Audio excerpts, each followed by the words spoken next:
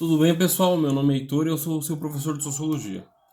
O assunto de hoje é um assunto muito legal, que é a estratificação social. A obra que a gente está usando, né, é esse livro aqui, ó, é o Conceitos e Categorias Fundamentais do Ensino de Sociologia, volume 1, né, é organizado pelo professor Cristiano das Neves Bodar, e ele é professor da Universidade Federal de Alagoas, tá bom, gente?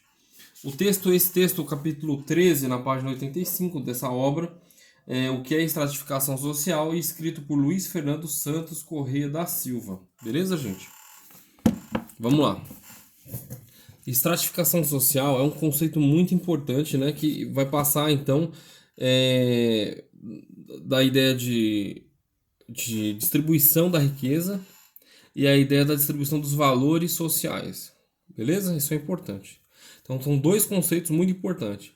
A gente vai procurar entender as desigualdades sociais por meio da distribuição da riqueza, e da distribuição de valores sociais.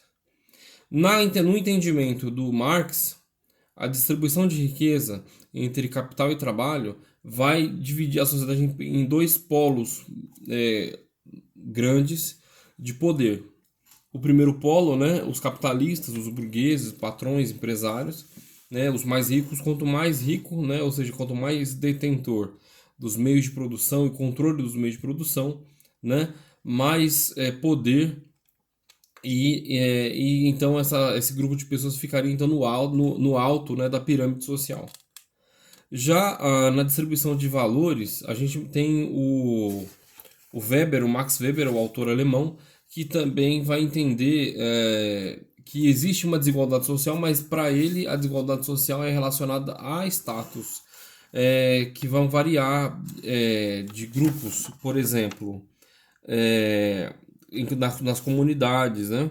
Então, ele vai entender como situação de status, que é, na página 86, ele diz que a situação do status é um componente do destino dos homens, ou da comunidade, né? Da humanidade, né?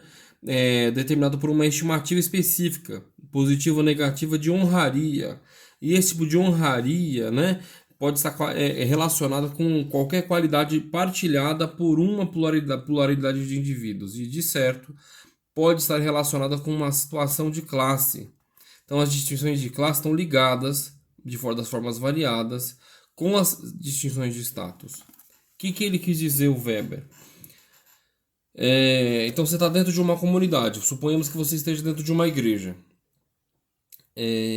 Que valoriza quão mais fiel você é. Então, mais valor você estaria. Então, seria uma pessoa mais honrada. Você seria uma pessoa de mais valor social naquele grupo, certo? Mas, porém, naquela igreja, quem tem mais condições financeiras poderia comprar roupas melhores, bíblias melhores, alcorões, etc. Né? Então, existe uma relação, né, entre a riqueza e a honraria. Nas igrejas protestantes neopentecostais, por exemplo, o valor da sua fé está dimensionado com o seu êxito pessoal financeiro.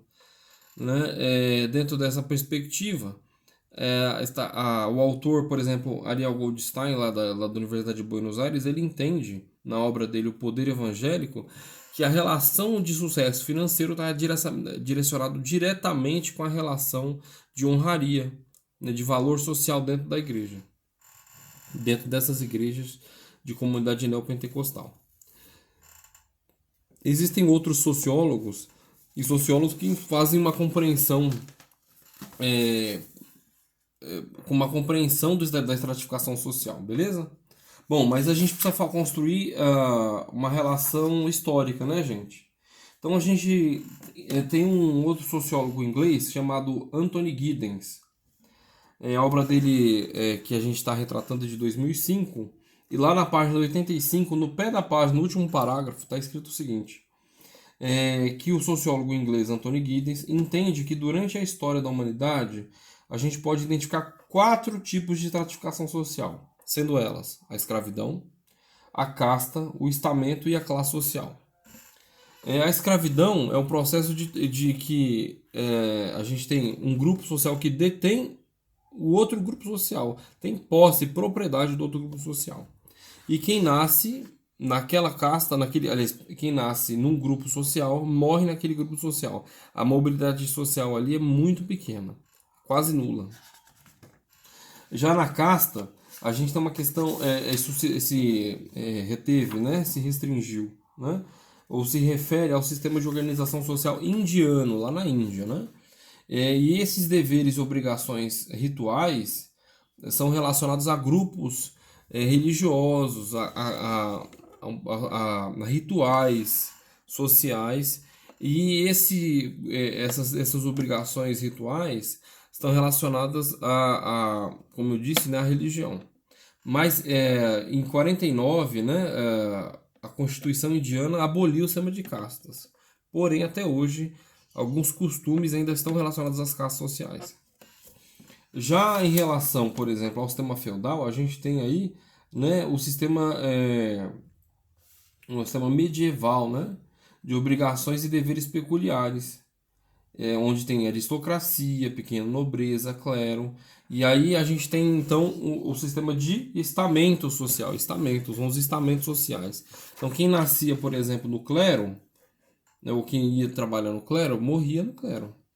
E quem pertencia aos plebeus, continuava plebeu. Né? Ah, mas professor, muitos dos plebeus se tornavam integrantes do clero, mas pertenciam ao baixo clero, né?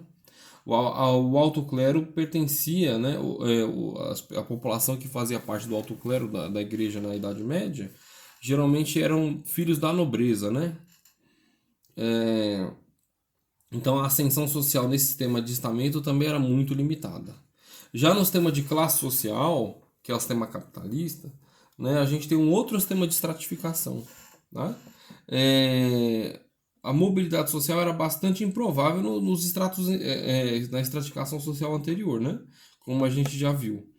Como na Índia, no sistema feudal, no sistema escravocrata, né?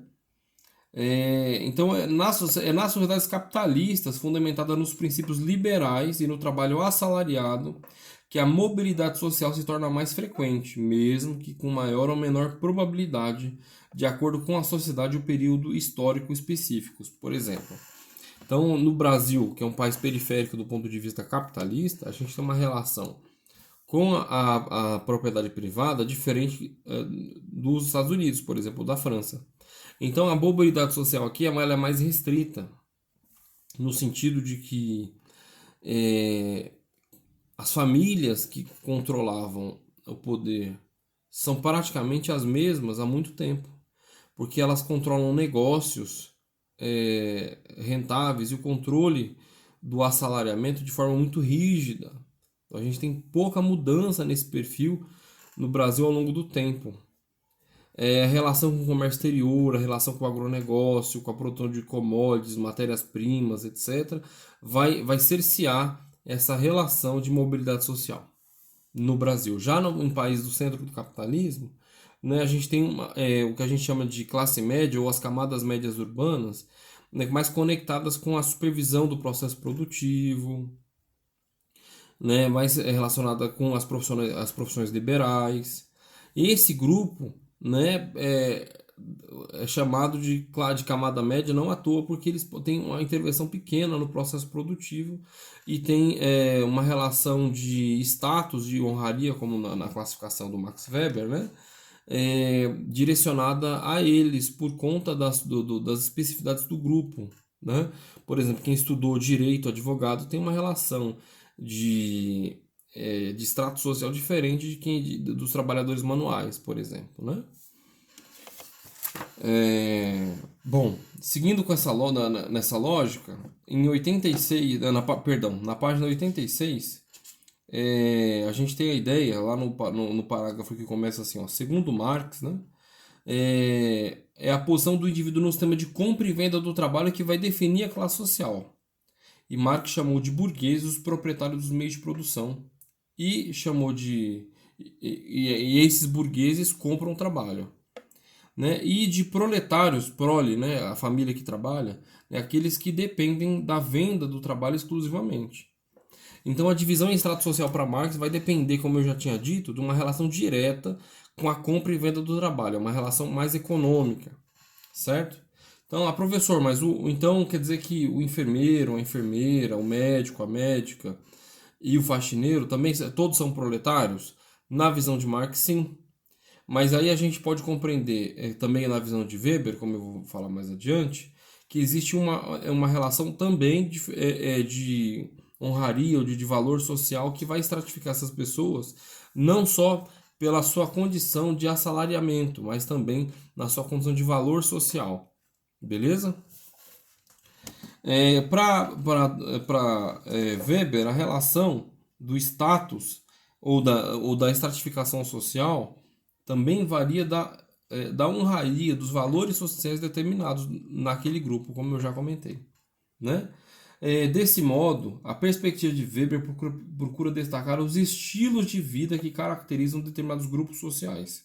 Beleza? Já para Marx, a relação de exploração do trabalho é inerente ao capitalismo e produz um sistema de opressão, tendo em vista que os burgueses vão buscar então o aumento das margens de lucro, o que vão diminuir os salários, né? O aumento da jornada de trabalho, que também aumenta a exploração, né? E a intensificação e a precarização das condições de trabalho, né?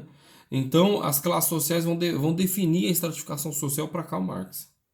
Então, a propriedade dos meios de produção busca então diminuir a mobilidade social.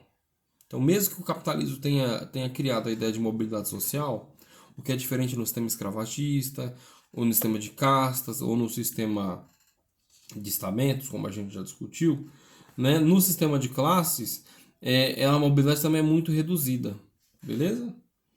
Mas aí a gente pode falar assim, poxa, no sistema socialista, professor, como está lá na página 86, a gente ainda tinha divisões sociais e estratificações, sim, mas elas não se baseavam na classe, na propriedade privada, mas sim no conhecimento técnico, na relação de solidariedade, nas questões morais e afetivas, né? Por exemplo, um professor universitário na União Soviética tinha os melhores apartamentos, era bem visto socialmente. E aquele trabalhador que trabalhava muito bem e que contribuía muito para a sociedade, mesmo não sendo um professor universitário, por exemplo, também era muito bem visto na sociedade. Então, as divisões e estratificações sociais nem sempre são ruins, as desigualdades nem sempre são ruins, desde que baseadas no mérito e nas habilidades de cada um, de cada uma. Não naquilo que diminui a pessoa no sentido da fome, da miséria, da falta de dignidade, né? Então, uma sociedade que forneça condições materiais para todos de forma igual vai dividir as pessoas pelo mérito, o que é muito diferente de uma sociedade que divide as pessoas pela renda, né? E aí a gente encontra moradores de rua, pessoas que não têm onde morar, né? Pessoas que têm dificuldade para manter alimentação, etc. Né? Tem um outro sociólogo que é o Eric White, né? Ele é um sociólogo norte-americano que ele se diz neomarxista. E ele vai entender o seguinte: ele argumenta que o capitalismo moderno há situações de classe contraditória, pois trabalhadores que exercem atividades gerenciais e de supervisão tendem a possuir algum grau de intervenção no processo produtivo, mesmo que muitas vezes de modo limitado. Tais trabalhadores diferem, por exemplo, de trabalhadores manuais, por mais que o vínculo de trabalho de ambos com a empresa seja bastante semelhante. Por outro lado, mesmo que tenham certo poder de interferir no processo de trabalho, não podem ser considerados capitalistas, pois não são proprietários dos meios de produção. Conforme sustenta o autor, os trabalhadores em situação de classe contraditória formam o núcleo duro da classe média, são concomitantes explorados e exploradores.